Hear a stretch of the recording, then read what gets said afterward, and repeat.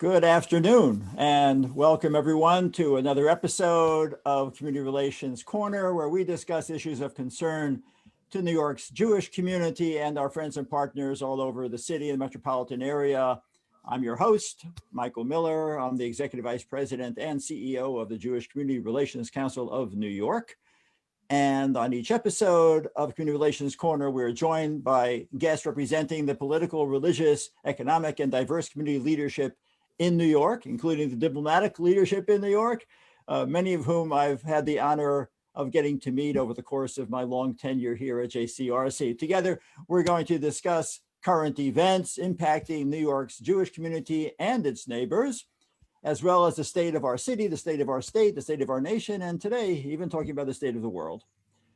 But before we get into that and introduce our wonderful guests, I want to offer a word of thanks to our sponsor. This episode is sponsored by the Free Synagogue of Flushing, serving the Reformed Jewish community in Queens, New York for over a century. Visit freesynagogueflushing.org for information about their Shabbat and holiday services, weekly Sunday school, and the beautiful spaces available for public rental. Once again, freesynagogueflushing.org. We thank the Free Synagogue. And now is my opportunity to welcome our two very special guests, actually an historic opportunity on the corner, the Consul General of Israel in New York, the Honorable Yisrael Nitzan, and the Consul General of the United Arab Emirates in New York, His Excellency Abdalla Shaheen. Welcome, shalom aleichem, assalam alaikum, if I got that correctly. And it's wonderful, wonderful, wonderful to have both of you here on my screen flanking me on both sides. As I'm sure the vast majority of our viewers know, this past August, Israel and the United Arab Emirates agreed to a normalization of relations, and they were quickly joined by the Kingdom of Bahrain. These peace agreements were the first ones in 25 years since the peace agreements between Israel and Jordan in 1994 and Israel and Egypt in 1979.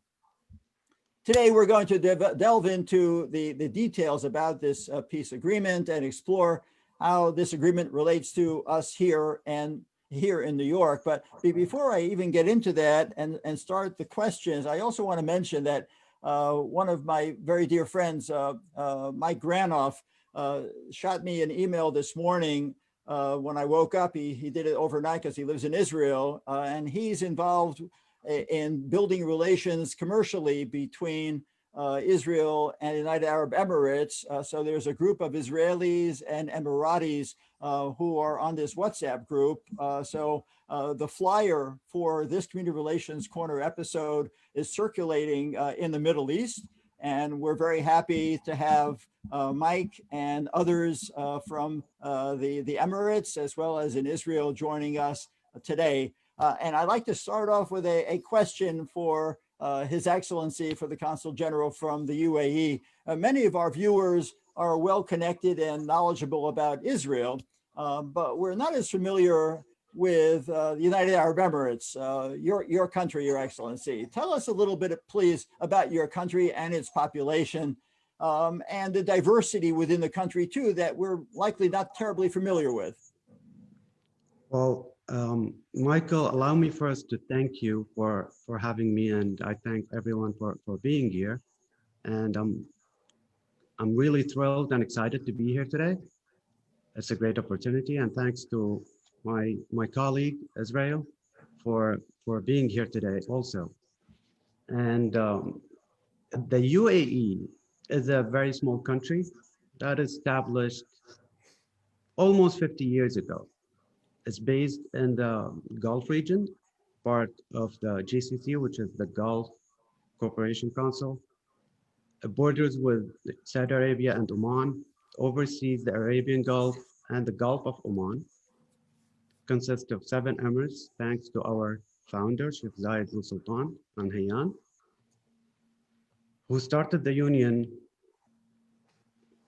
almost again 50 years ago. Actually, we will be celebrating our 49th anniversary in next 2 weeks, I think, in December 2nd. The UAE have established a lot in those 50 years. It did in women empowerment, gender equality, developed a vibrant economy, launched a probe to Mars, built the first Arab-walled nuclear power plant, hosted the Pope. The population is around or between 9 to 10 million people. You can think of it, Michael, as in a melting pot of 200 nationalities with different faiths, living side by side in peace, harmony, and happiness.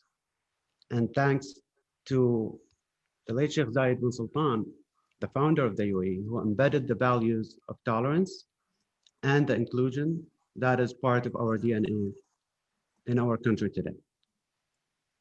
Are there other faiths that celebrate their holidays and their practices within UAE? Yes, they do. We have Buddhism, we have Christianity, and now we proudly say we have Jewish people over there. And to be honest with you, I cannot really calculate the number of religions that are practiced in the UAE, but there are many of them.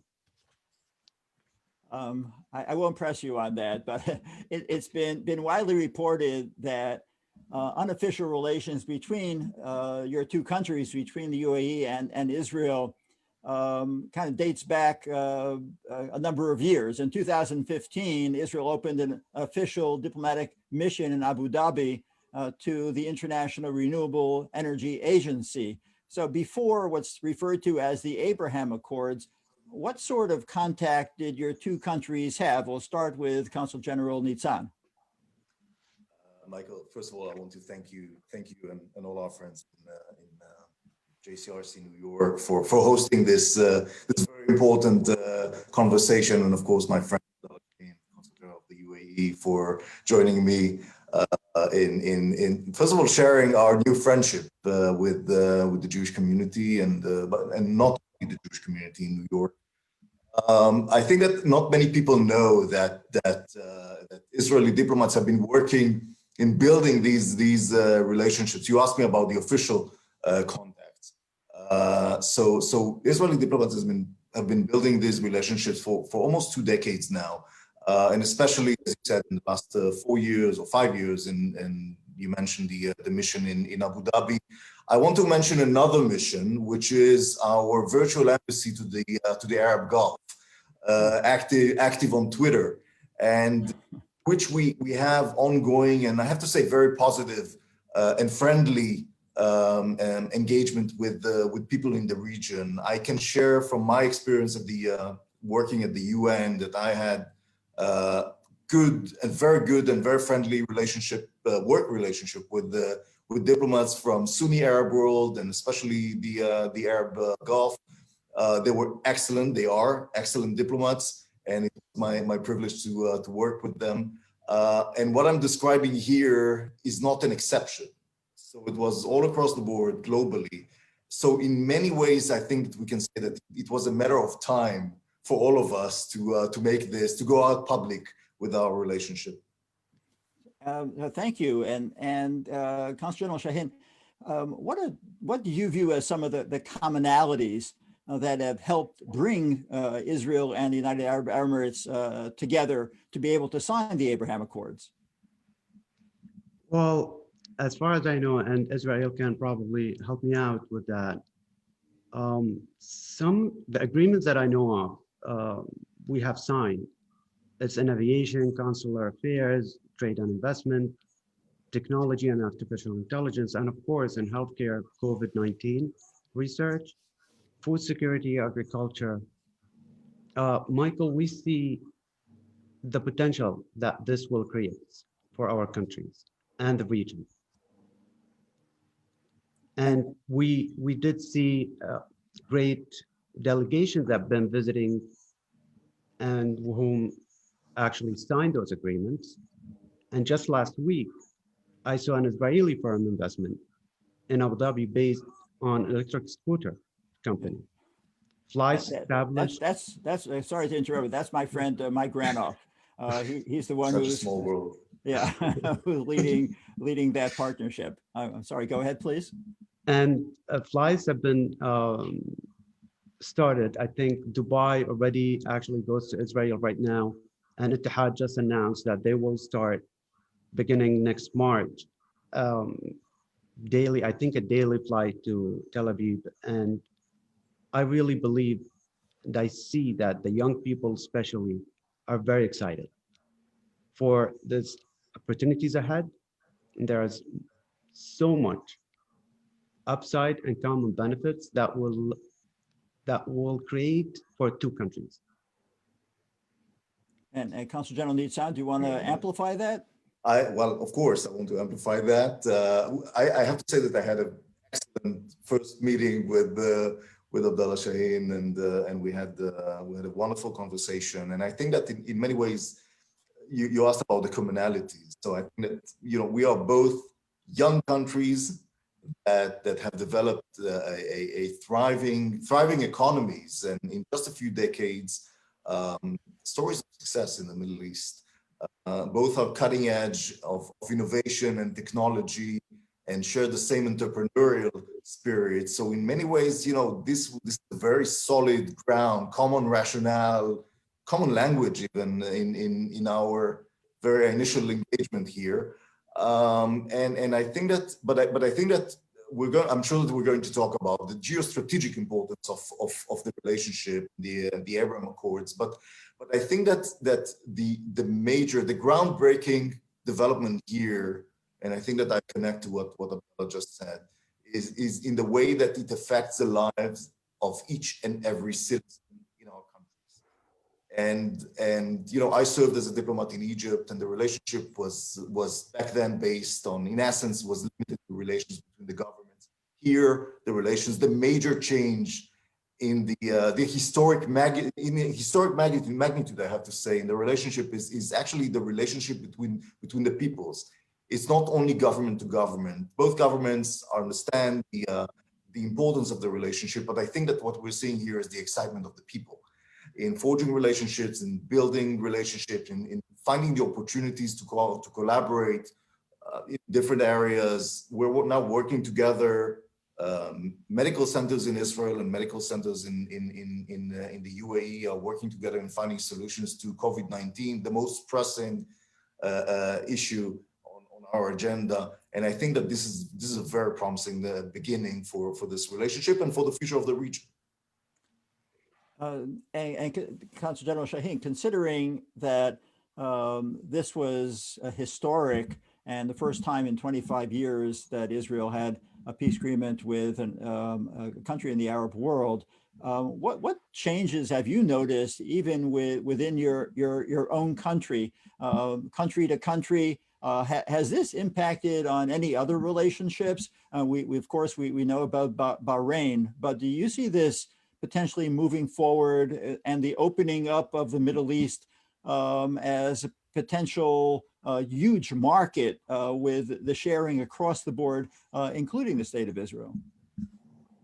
Well, Michael, I think people are tired of the conflict in that region, and people want a positive change. We all want a positive change.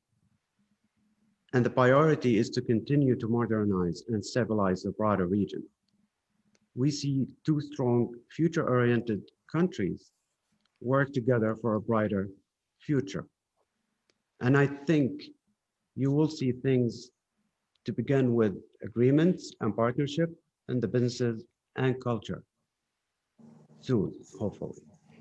Well, let me, as you would say, inshallah. Inshallah. Inshallah, yes. But talk to me, please, Consul General Shaheen, about tourism. I know that Israelis like to travel, so I am not worried whatsoever that Israelis are not going to be getting on those planes and flying into the UAE. But do you expect that there actually will be UAE citizens who are going to be flying to Israel to engage in tourism, let alone those who want to see the Muslim holy sites? Actually, I would like to share something that I actually, when I first met Israel in my office, I told him that I was on the phone when I was going to actually to meet him. I was on the phone with my mom, and I told my mom that I'm actually meeting my counterpart from Israel. And my mom was telling me, please pass on my greetings to him and tell him, please, that I would like to actually visit. So um, that was actually one of the stories that I actually shared with Israel in the meeting. And yes, my mom would be the first probably, but I've seen many delegations and I've seen like many young Emiratis that are looking to actually visit Tel Aviv and Haifa and many other places in Israel. And as soon as I think COVID is, uh, is, is controllable, and hopefully once the world goes to a bit less cases, I think you will see more of Emiratis and Israelis flying over by,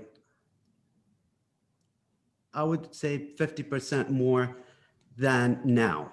Wow.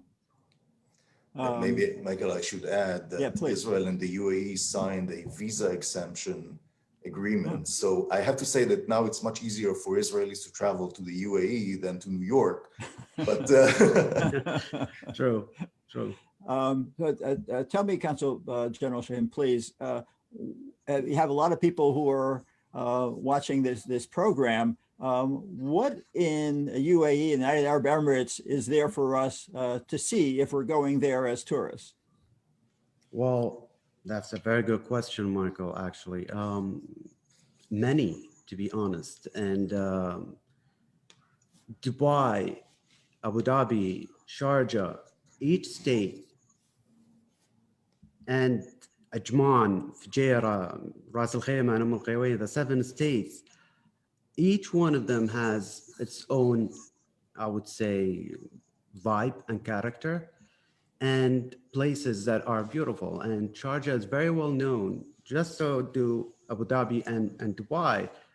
Sharjah is very well known for its Islamic architecture and arts and colors, and the same as Dubai. I believe that everyone who's listening to us today, and probably you too, probably Michael, that Dubai is very well known, and Abu Dhabi, of course. Yes. The Louvre in Abu Dhabi, it's just opened 2 years ago, and been a great place for, I heard a lot of feedback, great feedback and positive feedback from people. You know, the UAE been a destination for the young people, not only to visit, but also to live there. And I think is because the safety and the feeling comfortable in that region, and especially in the United Arab Emirates. And of course, we have the tallest building in the world, and then Guggenheim hopefully is going to open up soon in New York. We have so many kosher places, if that will make it easier. That is opening up soon too. And I've seen, and I've read a lot actually, and I met some of the great entrepreneurs who actually started their businesses with kosher food in Dubai. Well, that's very good to know, certainly for me and probably for many of our viewers as well. It's lunchtime here, so I'm getting a little bit hungry. Let me switch now to something a bit more challenging, and that's military alliances. And again, starting with Consul General Nitzan in this instance, how have Israel's military alliances and capabilities been affected by these accords, particularly in relation to the influence of Iran in the region? I think that, first of all, I think that, Michael, the importance, we discussed the advantages for both governments, countries, and peoples. But I think that it also, the agreement also is of a geostrategic importance. It is a major development in strengthening the stability and the security in the Middle East. A diplomatic mean in which we can actually promote stability and security by forging relations and agreements. I think that in many ways it is already drawing clear lines between two camps in our region, between the camp of pragmatism and peace and stability, in which you can find the UAE, you can find Israel, you can find Bahrain. Now it seems that we're going to have also Sudan joining us in this camp. Of course, other moderate countries in our region, and the other camp, of course, is the camp of radicalism and war and instability led by Iran and Syria and Hamas. So in many ways, this is a very significant, a very important development that gives us at least that creates a new reality in the region. And helps us to, I think that all of us, Iran is a threat not only to Israel, but also to our Arab neighbors and beyond the Middle East. It's a real threat and a real challenge. And I think that it gives us the ability to contain, let's say, it gives us additional means to contain the Iranian threat diplomatically. I think that diplomatically, we maybe Consul General Shaheen would also like to discuss this, but I think that in many ways, also diplomatically, I think that Iran must face a maximum pressure diplomatically and a diplomatic and financial pressure that would lead to a dramatic change in its behavior in all aspects, in its regional behavior. We just had another incident on our border with Syria, in which the Iranian IRGC, the Iranian Revolutionary, the Islamic Revolutionary Guards Corps, planted explosive devices on our border. We managed to foil this attempt, but this is another example to the real threat in its regional behavior, and of course everything related to its attempt to develop military nuclear technology. So I think that in many ways it strengthens our ability to engage and to contain this challenge and this threat diplomatically. Thank you. And so, Consul General Shaheen, the same question, considering that Iran is not only a threat to the UAE, but the proximity between Iran and UAE is much closer than Israel is. Do you expect a military partnership, alliance with Israel, considering that you share the same enemy?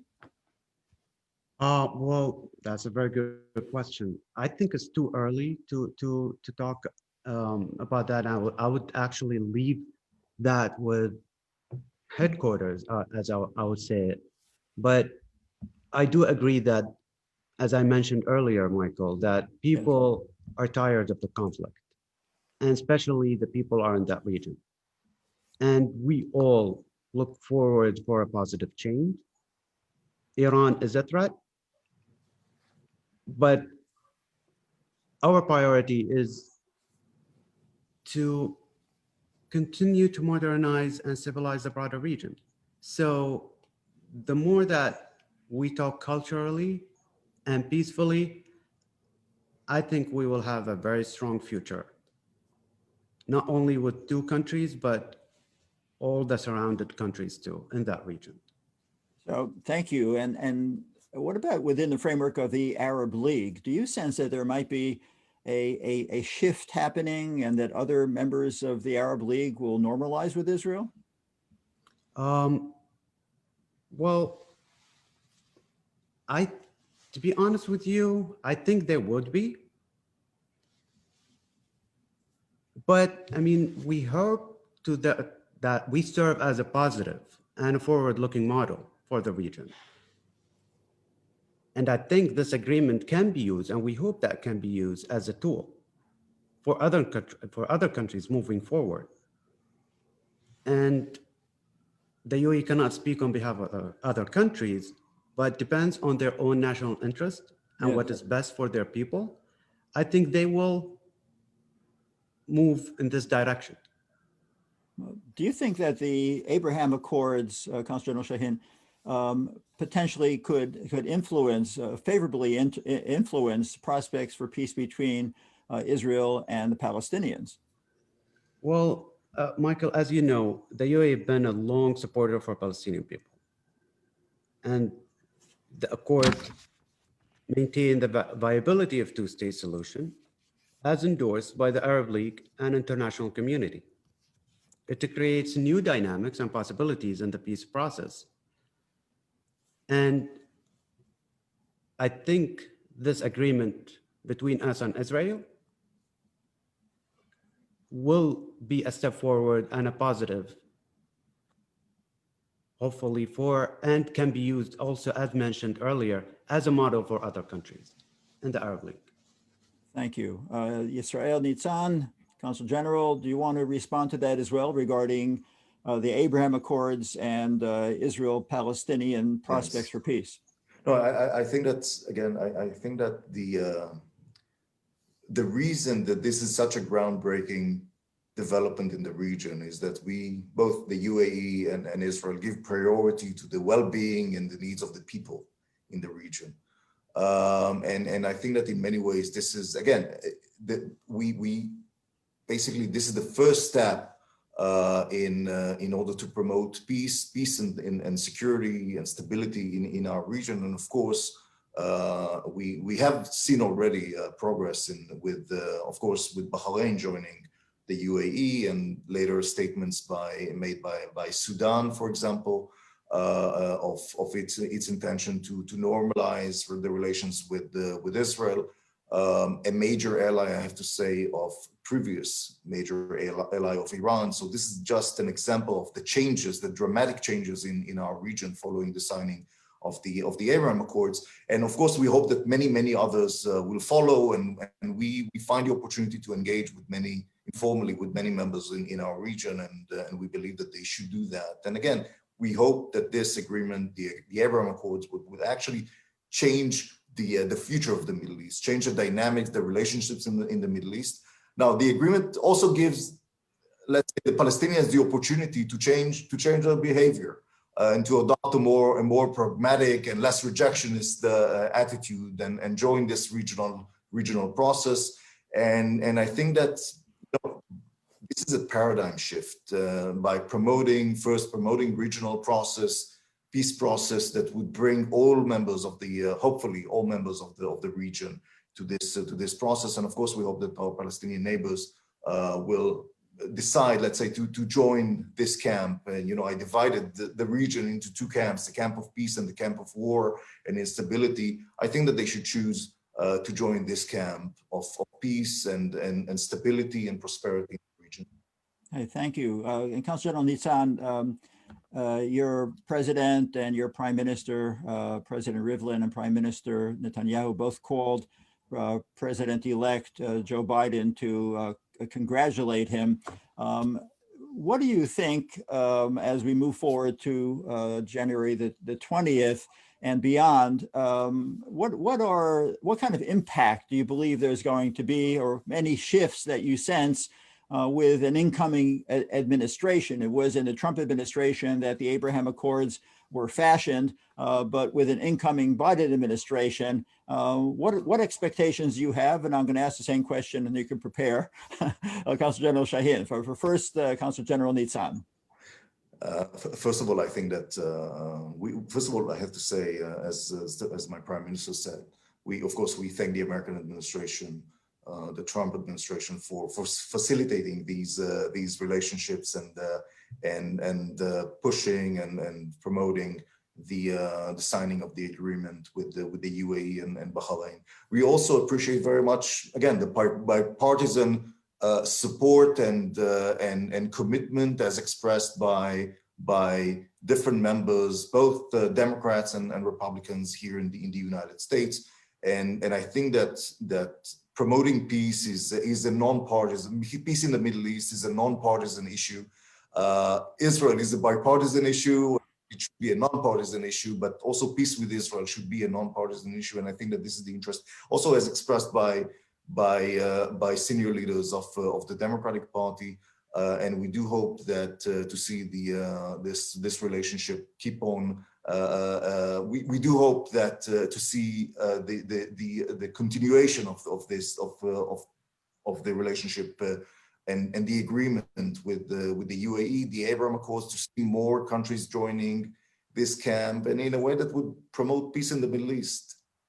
Okay, thank you. Consul General Shaheen, the incoming Biden administration, what impact might that have on UAE and prospects for peace in the Middle East as a whole? Well, Michael, I would like to also start by thanking that Trump administration for pushing for this and for making this to happen, with thanks to our leadership too. But Michael, I always tell people that our relationship is very strong and durable and long-standing with respect to whichever party is actually in power.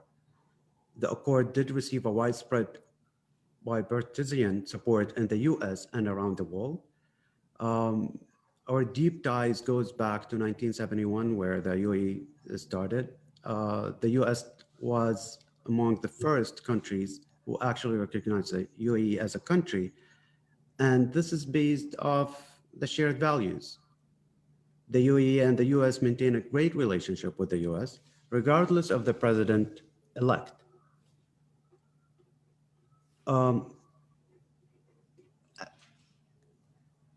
It will not change anything between two countries, I think. And the shared values and the shared goals between our countries, again, remain the same. We have a strong bilateral partnership with the US, and we will continue the strong trade relations and the cultural exchanges. Thank you. Thank you very much. And we're all very grateful for the Trump administration for having forged this relationship, and look forward to it continuing and strengthening moving forward in the Biden administration. And let's move a little bit closer to home here in New York. How do you hope to leverage in New York your presence to encourage the city's leadership to engage with a new relationship between your two countries and to cultivate peace in the Middle East? Is there a role to be played here in New York with the city and with the state, frankly? Yisrael Nitzan? Michael, I think that there is no better place to leverage or in which we can build a relationship than the city of New York. So yes, we aim to leverage our presence here to encourage the city's leadership. As I said, the bipartisan political leadership and diverse community leadership in supporting our efforts. We can talk about, we were looking for ways in which we can actually engage with the high-tech ecosystem here, the innovative industries in the city, and even the media, in order to connect, to engage, and to cultivate the new relationship between our countries. And I think that in many ways we invite the city leadership from diverse communities, from both parties, again, both the Republicans and Democrats, to engage with us, to support us in building and expanding the peace in the security, first of all, in our bilateral relations with the UAE, but also to expand the peace in the Middle East, and to support our efforts to, again, to forge peace and coexistence in our region that would allow us to address all aspects of the needs of our people, but also to again, I go back to the question, to the challenge that Iran is posing in our region, and to also in a way that will allow us to address the challenges posed and threats posed by such actors like Iran. And Consul General Shaheen, clearly the Israeli diplomatic presence here in New York City has had a pretty significant profile, and the UAE's presence has had a lower profile. Do you view this as an opportunity to raise the profile of the UAE diplomatic presence and your presence here in New York with city leadership?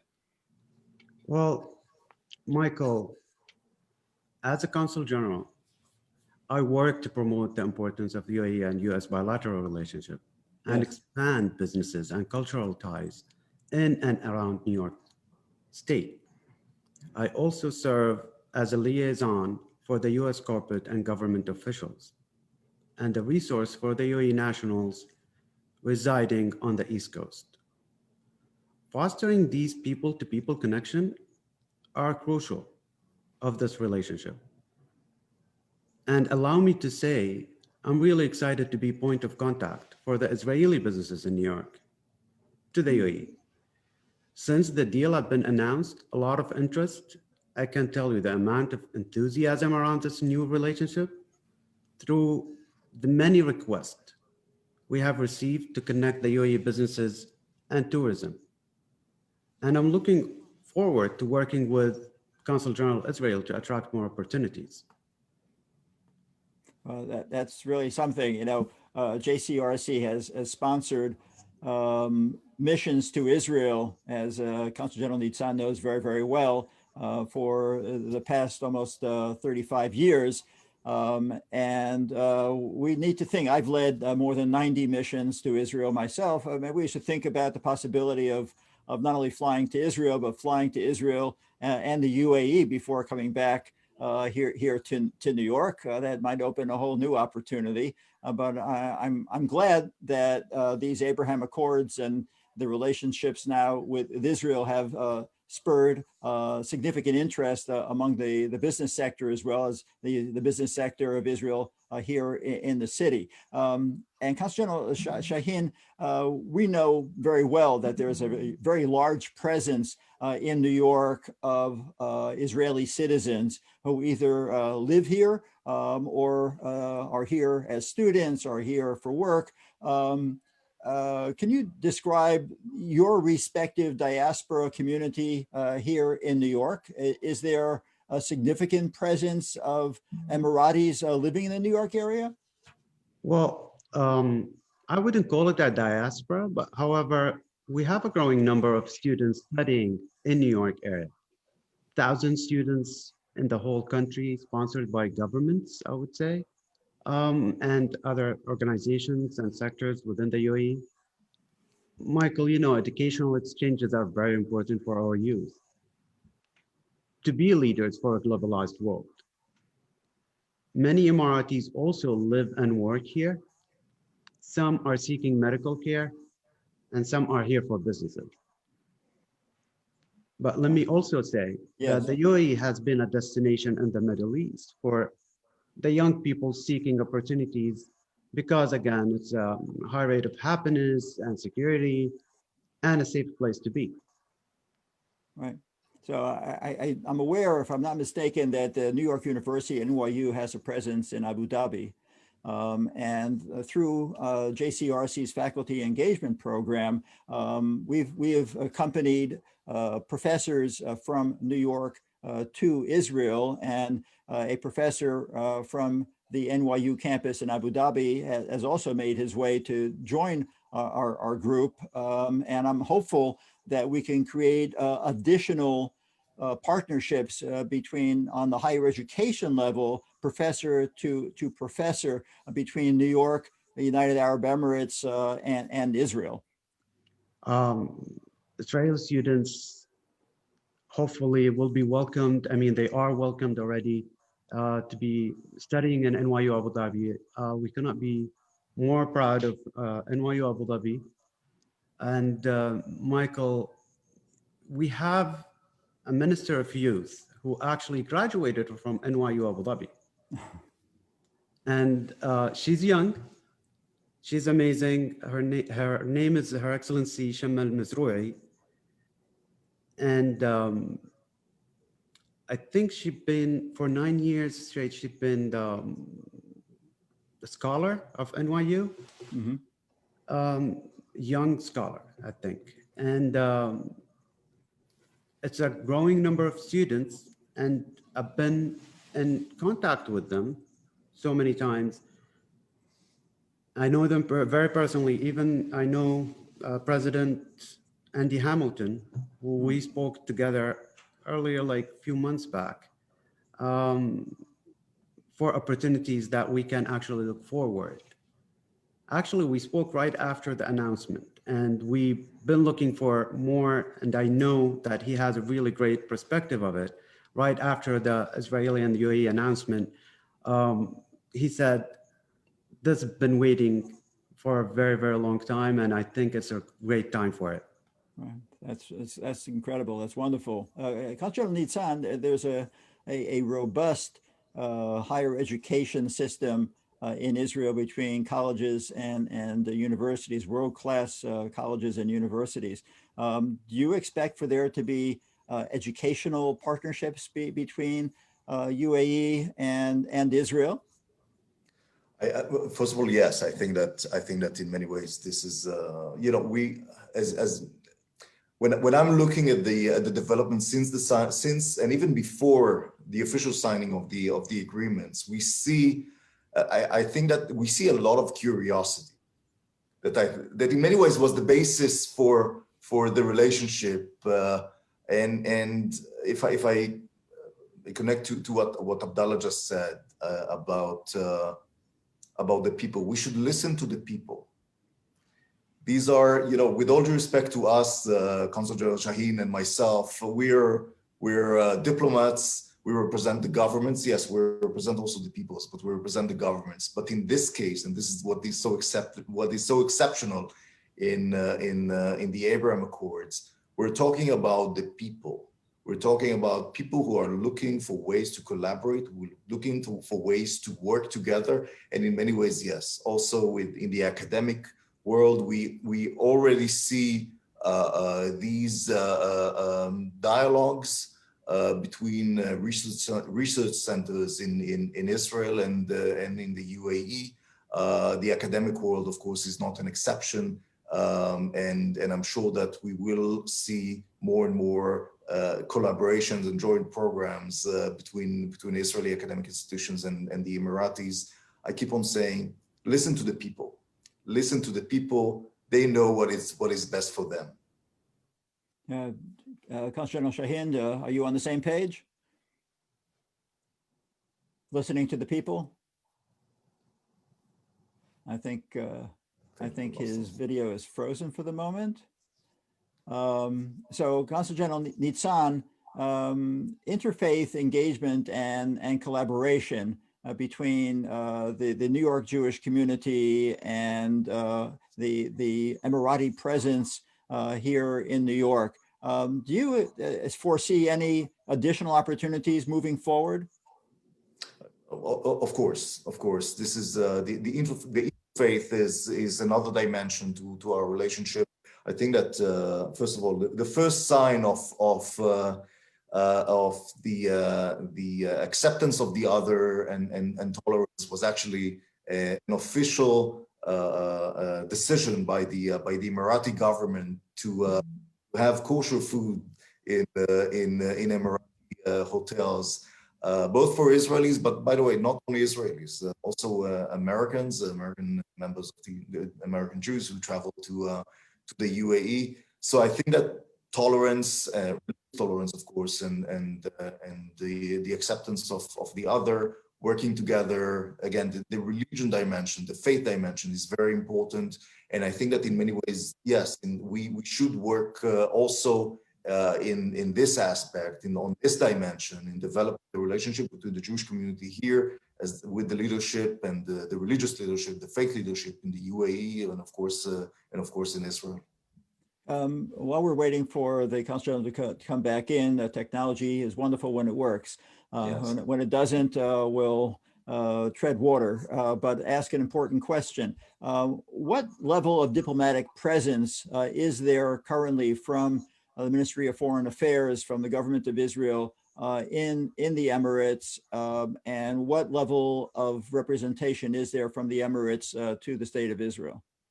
Well, right now we have a diplomat in Abu Dhabi. He's the representative to the it's called IRENA, the International Renewable Energy Agency in Abu Dhabi. We have ongoing dialogue between the MFAs, between the ministries in Israel and in the UAE. And the agreements are going to include also the opening of embassies. So we hope that it will happen soon, very soon. And this is the idea of having a presence on the ground. And of course, the Emiratis are welcomed in Israel, and and we would like to see Emirati diplomats acting on the ground in Israel and building the relationship also on our end of this friendship. Consul General Shaheen, my question for Consul General Nitzan was diplomatic presence in respective countries. Do you expect for there to be a presence of an ambassadorial level appointment to Israel on behalf of the United Arab Emirates? So I believe so, Michael. I think it will be eventually, hopefully not soon, probably in the near future, there will be a presence of diplomatically there. I think the UAE will be opening an embassy, and same as with Israel. I think they will be opening an embassy too in the United Arab Emirates. If not soon, probably, if not, hopefully next year. I think it would be probably in the years to come. Okay, we will look forward to that, and we are exceedingly grateful to both of you for joining us in this historic first opportunity to have the Consul General of Israel in New York and the Consul General of the United Arab Emirates in New York, both on the same program. Regrettably, we can't be together physically, but we're here together virtually, and you even got me to put a tie on for the first time in quite a while in honor of this occasion. I'm going to give a thank you again to our sponsor, and then afterwards turn to each of you for a last word before we say farewell and a last thank you. So again, our sponsor for this episode has been the Free Synagogue of Flushing, serving the Reformed Jewish community in Queens for over a century. Visit freesynagogueflushing.org to learn about a wide array of programming, and the beautiful sanctuary, social hall, and meditation garden are available for rental for your special occasions.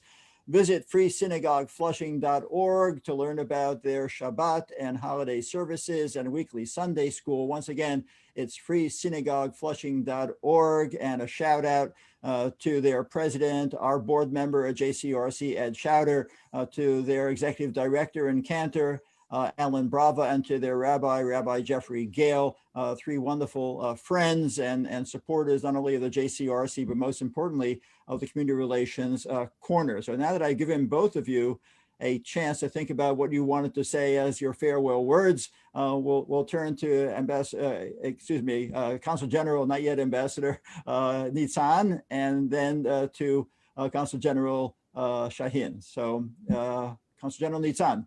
Okay, I'll say two things. First of all, to thank you for hosting this wonderful conversation, and it is very important. And first of all, I should also thank you for your friendship, personal friendship, as well as President, the Chairwoman Cheryl Fishbein, and of course all our friends in JCRC.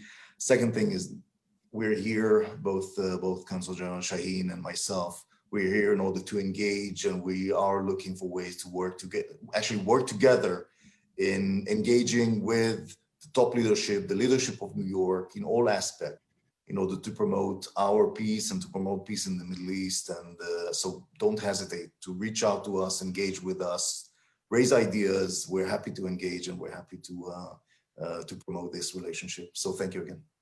Thank you, Yisrael Nitzan. Now we turn to His Excellency Abdalla Shaheen.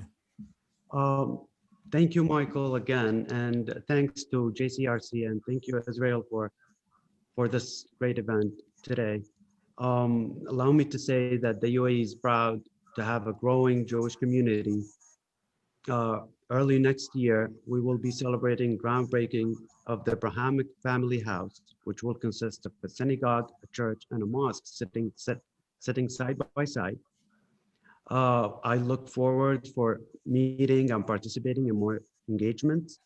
I know that we have an amazing teams that been like liaising with each other, me and Israel, that I think we will have menorah lighting for the Hanukkah next month. Wow. Yes. And hopefully for more interfaith iftars if COVID is over and that we host, and hopefully for more and more to come. Thank you very, very much. And before I say farewell and thank the two of you again, I first want to thank my production team, Noam Gilboard and Rebecca Grossman and Jennifer Glick, the 3 Gs as I call them. Otherwise we would not be on the air.